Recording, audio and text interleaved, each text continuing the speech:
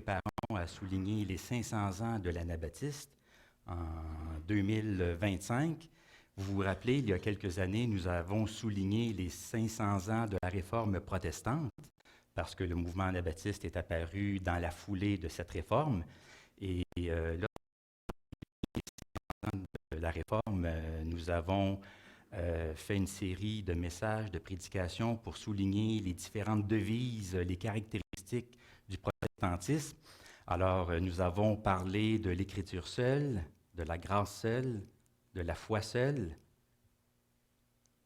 à Dieu seul la gloire. Ce sont des caractéristiques, des devises que l'on associe au protestantisme. Donc, bientôt, nous allons fêter, par contre, les 500 ans de l'apparition du mouvement anabaptiste. Alors, le thème de cette année qui a été suggéré, cela a déjà été mentionné, un thème qui a été suggéré par la Conférence ménonite mondiale, qui est Jésus-Christ, notre espérance. Ce n'est pas la première fois que ce thème est suggéré, mais c'est un thème qui ne s'épuise jamais, n'est-ce pas? Il y a tellement de façons de l'aborder, différents angles d'approche. Alors cette année, ce que nous voulons souligner, c'est que même en période de crise, lorsque nous traversons des temps difficiles, des situations très pénibles, nous voulons nous rassembler en tant qu'Église pour suivre Jésus qui nous donne l'espérance. Nous voulons nous confier en Dieu seul, dans le silence de nos cœurs. Nous voulons apprendre ensemble, en communauté, à nous confier paisiblement, tranquillement, en Dieu et dans cette espérance qu'il nous offre en Jésus-Christ. Pour aborder ce thème, pour le déballer, nous allons nous tourner ce matin vers un très beau psaume. En fait, la Conférence ménonite mondiale nous suggère plusieurs textes. Suggéré, c'est le psaume 62. Alors, un psaume qui nous invite justement à nous confier en Dieu et à répandre nos cœurs en sa présence, à nous confier en Dieu seul et non pas dans les fausses sécurités, dans les sécurités prétendues de ce monde. Donc, lisons ensemble le psaume 62. On va le lire au complet.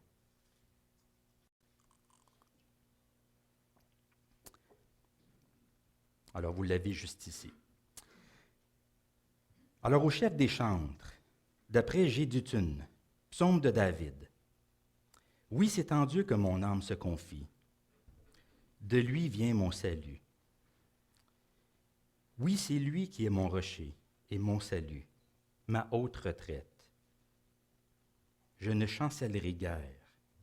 Jusqu'à quand vous jetterez-vous sur un homme? Chercherez-vous tous à l'abattre, comme une muraille qui penche, comme une clôture qu'on renverse? Ils conspirent pour le précipiter de son poste élevé. Ils prennent plaisir au mensonge. Ils bénissent de leur bouche et ils maudissent dans leur cœur. Pause. Je le lis parce que ça a son importance, comme nous allons le voir. Oui, mon âme, confie-toi en Dieu, car de lui vient mon espérance. Oui, c'est lui qui est mon rocher et mon salut, ma haute retraite. Je ne chancellerai pas. Sur Dieu repose mon salut et ma gloire, le rocher de ma force, mon refuge sont en Dieu. En tout temps, peuple, confiez-vous en lui, répandez vos cœurs en sa présence. Dieu est notre refuge. Pause. Oui, vanité, les fils de l'homme, mensonge, les fils de l'homme. Dans une balance, ils montraient tous ensemble, plus légers qu'un souffle. Ne vous confiez pas dans la violence. Ne mettez pas un vain espoir dans la rapine. Quand les richesses s'accroissent, n'y attachez pas votre cœur. Dieu a parlé une fois, 2 fois j'ai entendu ceci, c'est que la force est à Dieu. À toi aussi, Seigneur, la bonté, car tu rends à chacun selon ses œuvres. Prions. Seigneur, nous te demandons de bénir ta parole ce matin. Ta parole vivante, ta parole écrite, ta parole proclamée, ta parole écoutée. Qu'elle puisse nous rejoindre, nous parler, nous interpeller, Seigneur, dans notre vie. et qu'elle nous rassure quant à ta présence que tu nous promets. Apprends-nous à travers elle à nous confier en toi paisiblement et en toi seul. Amen.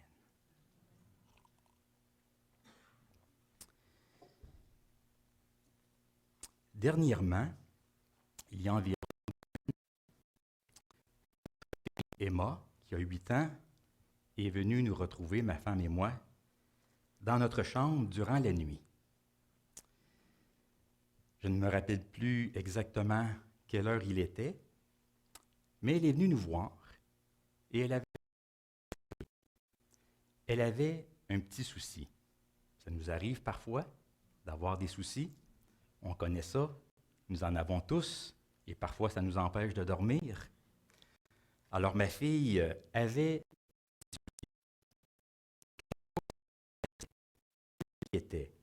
Alors elle s'est levée, elle est venue dans notre chambre, elle m'a réveillé. Son souci, c'est que le lendemain, elle commençait un cours de ski alpin et elle se demandait sur quel moniteur elle était pour tomber. Parce que l'année d'avant, elle était tombée sur une monitrice avec qui elle a eu une expérience plutôt négative. Alors, elle avait peur de retomber sur la même personne cette année. Alors, elle est venue me voir, elle m'a réveillé et elle m'a posé une question. Papa, est-ce qu'on peut se confier en Dieu ou en Jésus en tout temps?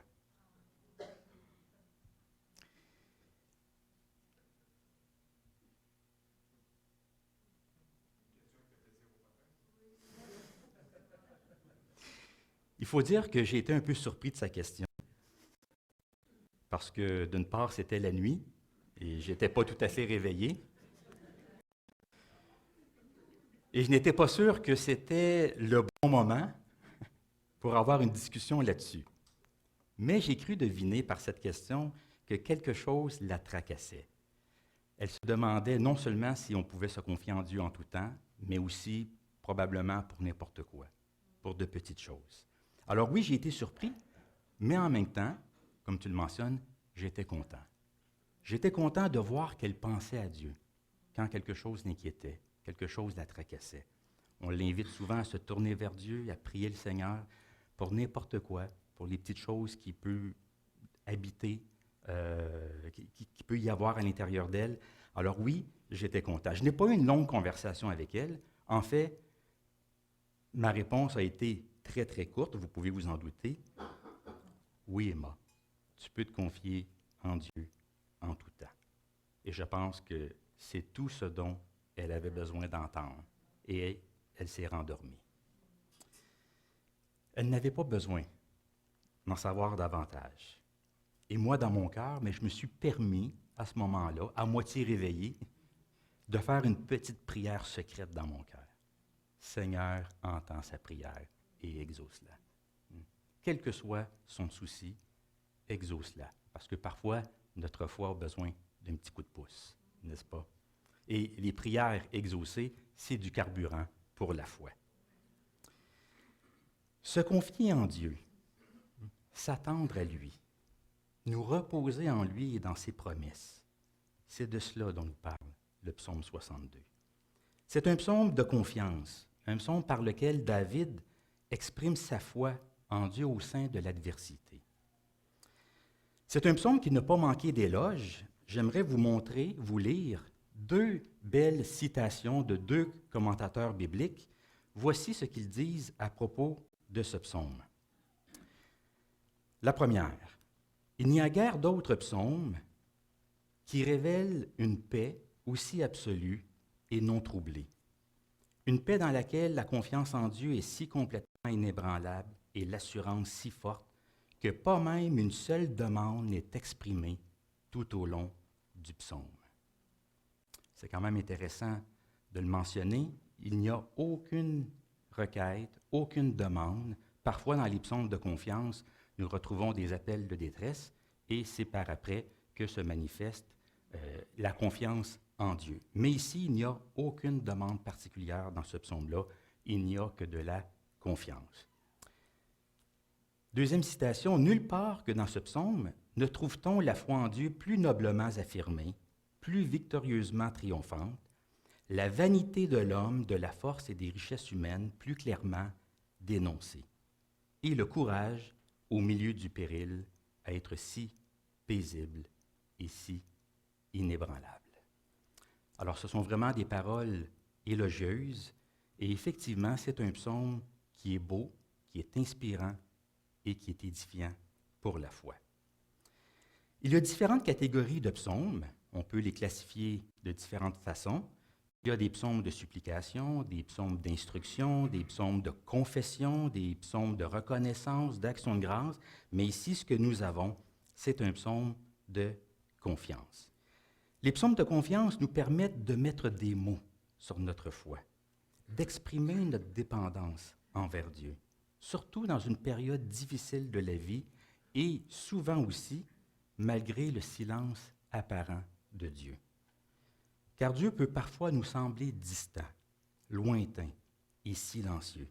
Alors les psaumes de confiance viennent à notre aide.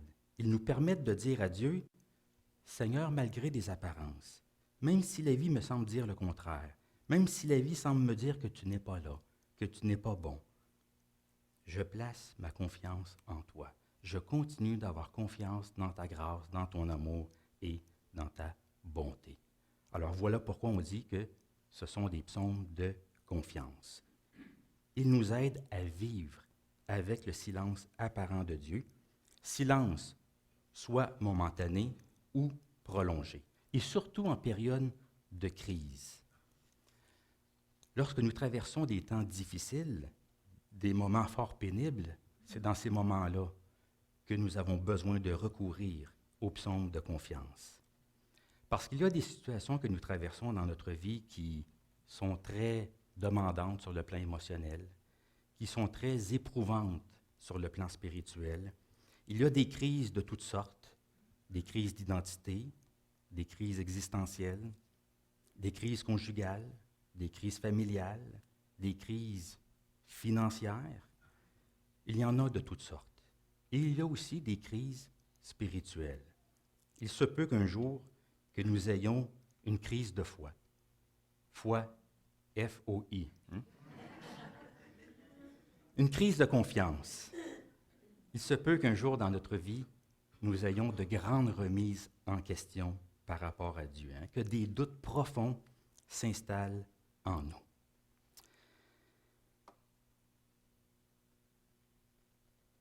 Avoir confiance en Dieu. Quel défi! Quel défi, alors que beaucoup de choses peuvent nous troubler.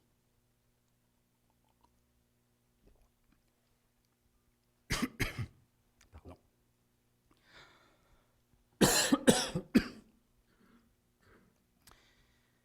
Le roi David, l'auteur de ce psaume, il a vécu beaucoup de crises dans sa vie. On sait que sa vie n'a pas été un long fleuve tranquille.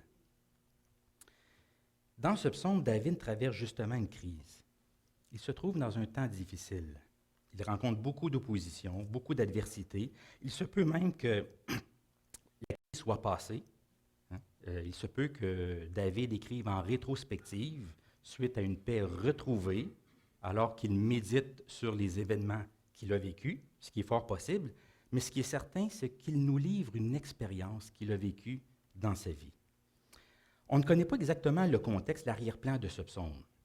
Plusieurs pensent à la révolte de son fils Absalom, parce que dans les versets 4 et 5 du psaume, on a quelque chose qui ressemble un peu à une tentative de renversement. On sait que David était roi, il régnait sur le peuple, mais un jour, Absalom a comploté contre lui, il a voulu prendre le pouvoir, et David a dû fuir. Ça a été une grande période de crise dans sa vie, sur le plan personnel, sur le plan social, sur le plan politique, et même sur le plan spirituel. Il a dû se poser beaucoup de questions à savoir qu'est-ce qu'il doit faire, comment gérer cette crise qu'il traverse. Alors, c'est peut-être ça le contexte, mais on n'en est pas certain. Mais en fait, le contexte, importe peu. Parce que ce qui est important, c'est l'expérience humaine. C'est ce qui a été vécu émotionnellement et spirituellement.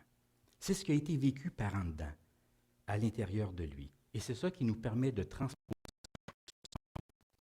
aujourd'hui, d'en tirer des leçons pour notre vie de foi.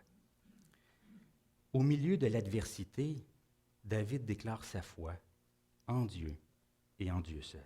Dieu est son rocher, il est son salut, il est sa forteresse, il place sa confiance en Dieu. Vous avez remarqué le mot « pause » qui apparaît à 2 reprises dans ce psaume. Ce qui laisse suggérer 3 parties, 3 strophes.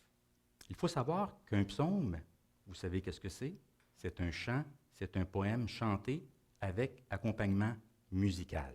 D'ailleurs, on le voit au tout début, au chef des chantres. Un cantique qui a été composé par David et qui est transmis au directeur musical, au directeur de louange pour le culte public. Alors, c'est un chant, un poème chanté avec accompagnement musical. Et parfois, on retrouve le mot « pause » dans les psaumes. On ne sait pas exactement de quoi il est question, mais on pense que c'est probablement une notation musicale pour indiquer un arrêt, un interlude, peut-être même un changement de volume, d'intensité, de voix ou de registre. Alors, il s'agit d'arrêter de chanter, de réciter, pour faire place à un jeu d'instruments. Le but étant que l'on puisse méditer sur les paroles, ces paroles qui viennent d'être prononcées, récitées, chantées, un temps de méditation et pour élever nos cœurs vers Dieu dans un esprit de recueillement. Alors, chaque strophe contient une grande vérité, une vérité principale. Dans la première strophe, on y retrouve essentiellement une déclaration de foi, une déclaration de confiance. Dans la deuxième, un encouragement pour la foi et à avoir confiance en Dieu. Et dans la troisième, on y retrouve une mise en garde, un avertissement à l'égard des fausses sécurités qui peuvent s'offrir à nous. Parce que malheureusement, en période de crise, il est possible de mal placer sa confiance. Donc, nous avons une déclaration, un encouragement et une mise en garde. Dans la première strophe, alors, vous le voyez ici, donc 3 parties avec le mot « pause » qui vient délimiter les strophes. Dans la première strophe, nous voyons que David affirme sa foi, sa confiance en Dieu, une confiance qui est sûre, ferme, silencieuse, que même les humains ne peuvent ébranler. Oui, c'est en Dieu que mon âme se confie. De lui vient mon salut. Oui, c'est lui qui est mon rocher et mon salut, ma haute retraite, je ne chancellerai pas. Il y a 2 choses qu'il vaut la peine de ressortir ici, dans ces 2 versets.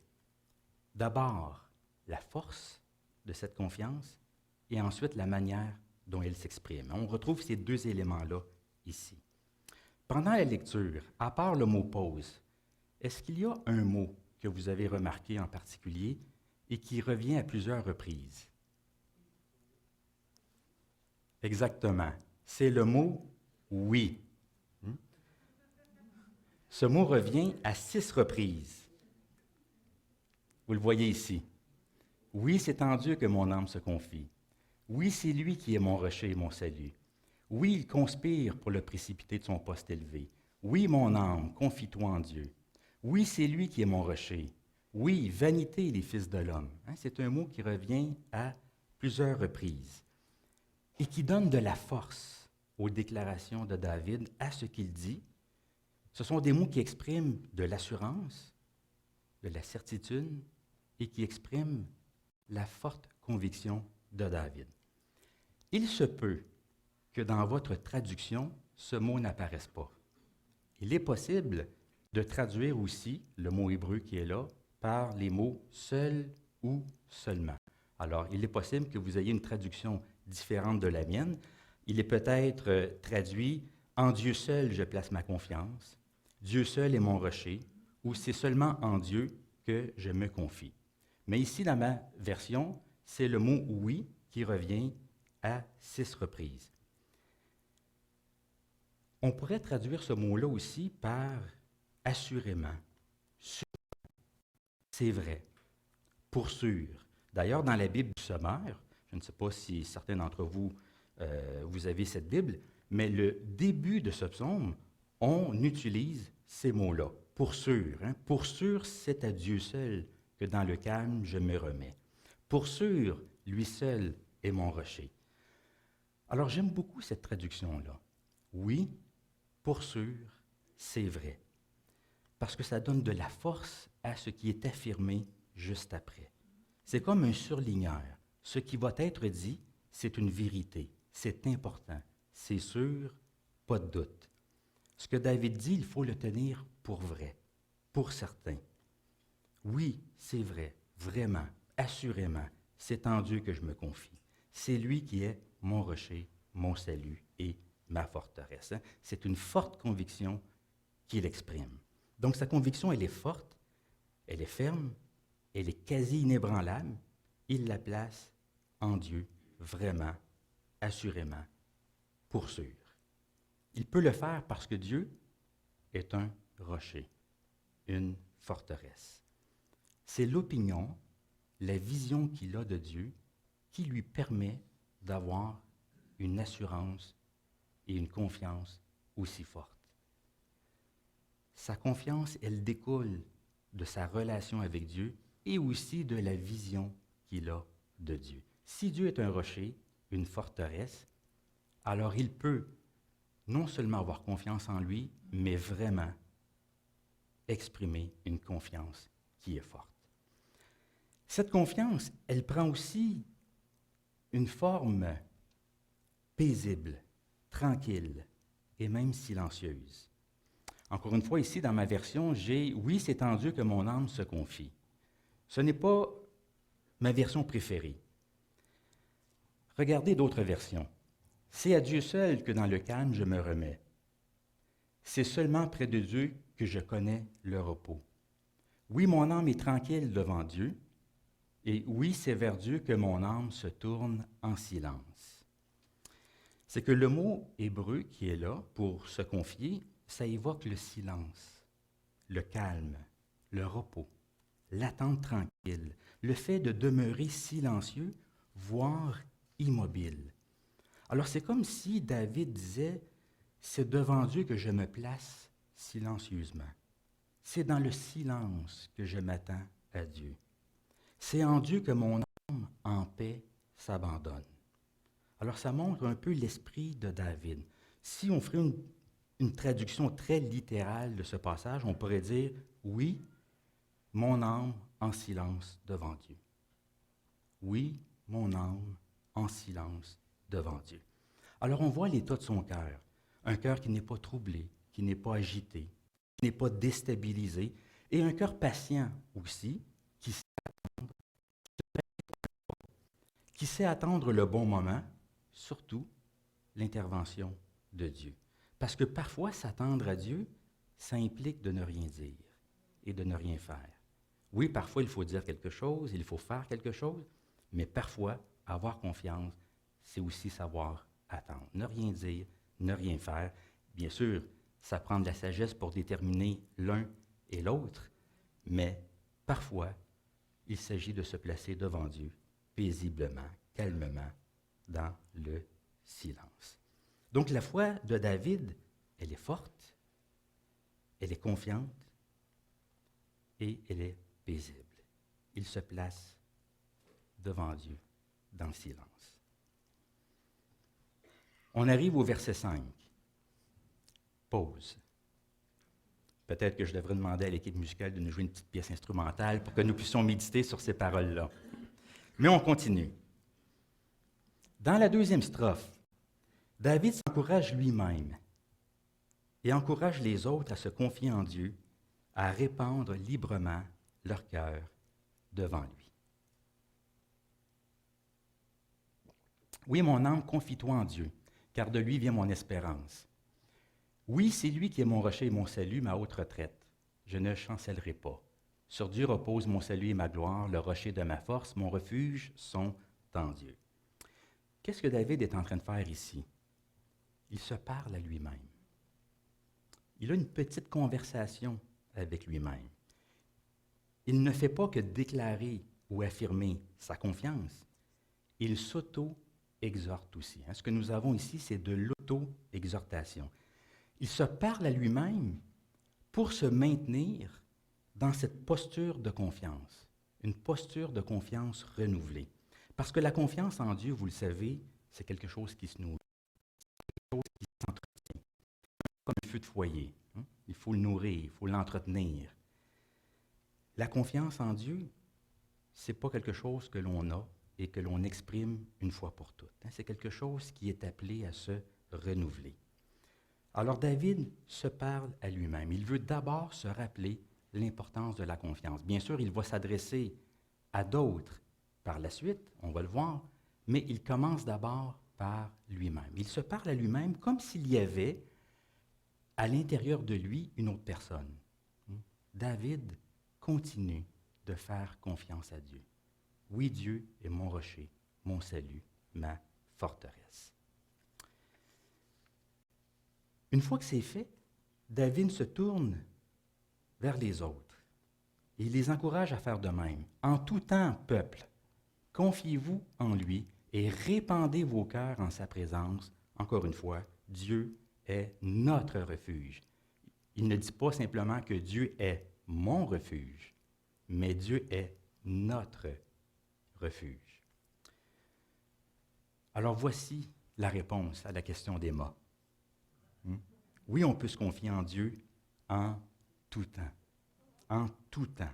Peuple, confiez-vous en Dieu. Ce que David dit ici, c'est bon pour les adultes, mais c'est bon aussi pour les enfants. Alors David nous invite à répandre notre cœur dans la présence de Dieu. Et j'aime beaucoup cette phrase, répandez vos cœurs en sa présence. Un mot qui signifie verser, jeter hors de, s'épancher avec effusion. C'est comme si David disait, exprimez-vous librement devant Dieu. Ouvrez votre cœur. Déversez sur lui ce qui vous préoccupe, ce qui vous habite. Venez dans la présence de Dieu. Vous savez, parfois, on a un trop-plein à l'intérieur de nous. Il y a quelque chose qui nous habite, qui nous trouble, et on a un trop-plein d'émotions. Nos pensées s'agitent. Nous avons besoin de les exprimer, de les jeter hors de nous. Même parfois, on va dire à quelqu'un qui vit des temps très difficiles, beaucoup d'émotions, on va lui dire, vas-y, pleure un bon coup. C'est bon que parfois que ça sorte. Alors David ici nous invite en quelque sorte à faire la même chose, à déverser notre trop-plein et à le déverser dans la présence de Dieu, comme lui-même le fait à différents moments dans sa vie. Il y a un bel exemple de cela dans les Écritures, dans l'Ancien Testament. C'est l'exemple d'Anne. Sûrement que vous savez de qui je parle, de cette femme qui a voulu avoir un enfant, mais qui n'arrivait pas. C'est quelque chose qui la troublait, qui l'inquiétait beaucoup. C'est une histoire que j'aime beaucoup parce que vous le savez que nous-mêmes, ma femme et moi, nous avons eu de la difficulté à avoir un enfant. C'est la raison pour laquelle nous nous sommes tournés vers l'adoption. Et j'aime beaucoup cette histoire parce qu'un jour, elle se rend au sanctuaire et elle déverse son cœur, elle déverse son âme devant Dieu. Et le sacrificateur qui est là suspecte que il y a quelque chose qui semble louche. Il pense qu'elle est ivre. Alors un jour, à un certain moment donné, il lui dit, « Combien de temps vas-tu rester ivre? Cuve donc ton vin. » Et Anne répond ceci, « Non, mon Seigneur, je ne suis qu'une femme affligée. Je n'ai bu ni vin ni boisson forte. J'épanche mon âme devant le Seigneur. Ne prends pas ta servante pour une vaurienne, c'est l'excès de mon chagrin, l'excès de ma souffrance qui m'a fait prier aussi longtemps. » Alors vous voyez, son cœur débordait de chagrin, de douleur. Alors elle répand son âme devant le Seigneur et David nous invite à faire la même chose, surtout en période de crise. On arrive au verset 9. Pause. Que ces paroles descendent dans notre cœur. Dans la 3e strophe, David dénonce les fausses sécurités. Et surtout, il oriente notre confiance dans la bonne direction, en Dieu, à qui sont la force et la bonté. Oui, vanité, les fils de l'homme, mensonges, les fils de l'homme. Dans une balance, ils montraient tous ensemble, plus légers qu'un souffle. Ne vous confiez pas dans la violence, n'y mettez pas un vain espoir dans la rapine. Quand les richesses s'accroissent, n'y attachez pas votre cœur. Il y a de mauvais refuges, de fausses sécurités. David nous dit ici de ne pas nous confier dans l'homme, dans la violence et dans la richesse. 3 fausses sécurités. Ne pas se confier dans l'homme parce que l'homme n'est que vanité. Il n'est que du vent, autrement dit. Il ne fait que passer. Il n'est pas fiable. Même les hommes sont menteurs. Ils sont trompeurs. Ne pas se confier dans la violence. Selon les traductions, il peut être question d'oppression, d'extorsion, de vol, de richesse mal acquise. L'idée ici, c'est de ne pas mettre sa confiance dans les méthodes humaines, dans les stratégies que parfois nous sommes tentés d'adopter pour sortir d'un état difficile, d'une situation de crise, et qui ne sont pas des méthodes, des stratégies qui sont conformes au caractère de Dieu. Et ne pas placer sa confiance dans la richesse. Et Jésus et même l'apôtre Paul ont souvent dénoncé l'attrait trompeur de la richesse. La richesse est éphémère. Elle ne peut pas vraiment nous sécuriser. Alors c'est comme si David disait, ne placez pas votre confiance dans la créature. Ne placez pas votre confiance dans ses voies, dans ses façons de faire. Ne placez pas votre confiance dans ce qu'elle valorise, dans ce qu'elle recherche. N'allez pas dans cette direction-là. Prenez plutôt un autre chemin, une autre voie. Il veut orienter notre confiance dans la bonne direction. Je sais que lorsque nous lisons ces paroles-là ici, on dirait un portrait, en fait, c'est un portrait sombre de l'humanité. Il ne faut pas penser que tout est sombre nécessairement. Il faut se rappeler que l'être humain est créé à l'image de Dieu, qu'il est précieux aux yeux de Dieu. Mais l'intention de David ici, c'est de faire en sorte que notre confiance soit bien orientée. Parce que ça peut être mal orienté. Alors, il veut l'aligner dans la bonne direction. Et cette confiance, il faut l'orienter vers Dieu. Pourquoi? Bien, pour 2 raisons. Parce qu'à lui, la force et à lui, la bonté. Dieu a parlé une fois, 2 fois j'ai entendu ceci, c'est que la force est à Dieu. Et à toi aussi, Seigneur, la bonté, car tu rends à chacun selon ses œuvres. David a entendu la voix de Dieu. Dieu a parlé. Et 2 fois j'ai entendu ceci. C'est-à-dire que les paroles de Dieu, on ne sait pas comment il a entendu Dieu lui parler, mais il a été mis en contact avec ce que Dieu veut, avec sa volonté, et ces paroles, les paroles de Dieu sont descendues jusque dans son cœur, et plus d'une fois même. Et qu'a-t-il entendu? J'ai entendu ceci, c'est que la force est à Dieu. Tout pouvoir appartient à Dieu. D'où la raison de ne pas se confier dans l'homme, dans la violence ou dans les richesses. Alors, il récapitule ici le message des versets précédents, à savoir que Dieu est un rocher, un salut, une forteresse et un refuge. Et il ajoute aussi, on dirait que c'est un peu spontané, il dit « Et à toi aussi, Seigneur, la bonté ». On pourrait traduire ce mot-là de différentes façons aussi.